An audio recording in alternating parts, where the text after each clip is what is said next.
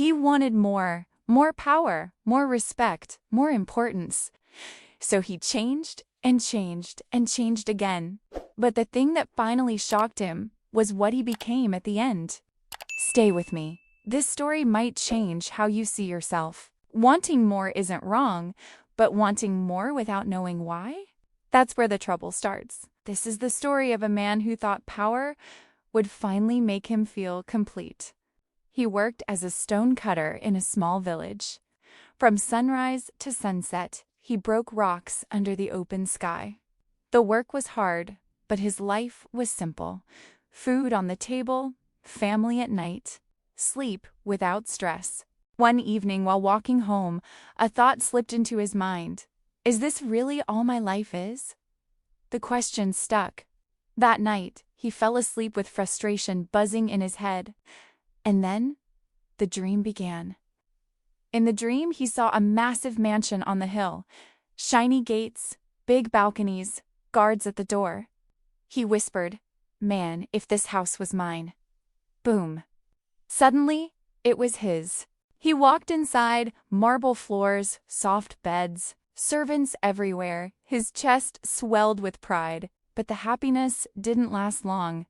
Outside, a loud rally passed by. People shouting, cars, flags, cameras.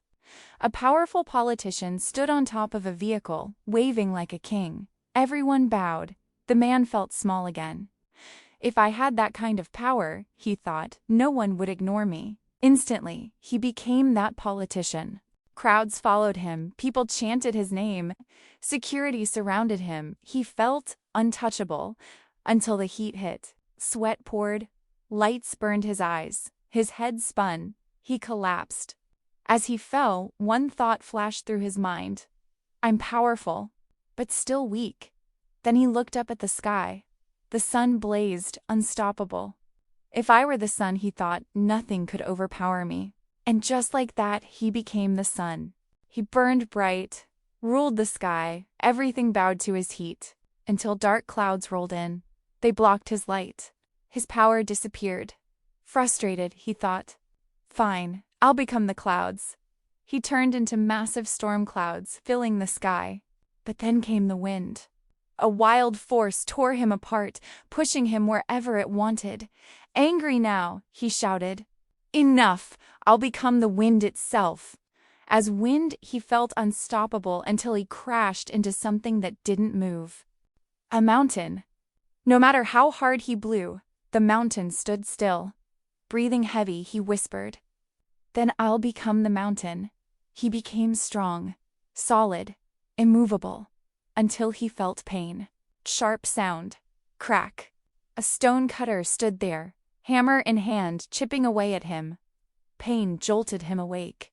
He sat up in his bed, sweating. He looked at his hands. Rough, strong, real, stone cutter hands. That's when it hit him. The whole time. The most powerful thing he'd feared was himself. He laughed quietly. All that chasing, all that changing, and the answer was standing there every day holding a hammer. Power doesn't come from becoming something else. It comes from understanding who you already are. The moral of this story is, true power isn't about becoming bigger. It's about recognizing the strength you already have. Maybe you don't need to become someone else. Maybe the power you're looking for has been in your hands the whole time. Subscribe to Grandma Inspires for more deep and inspiring life stories.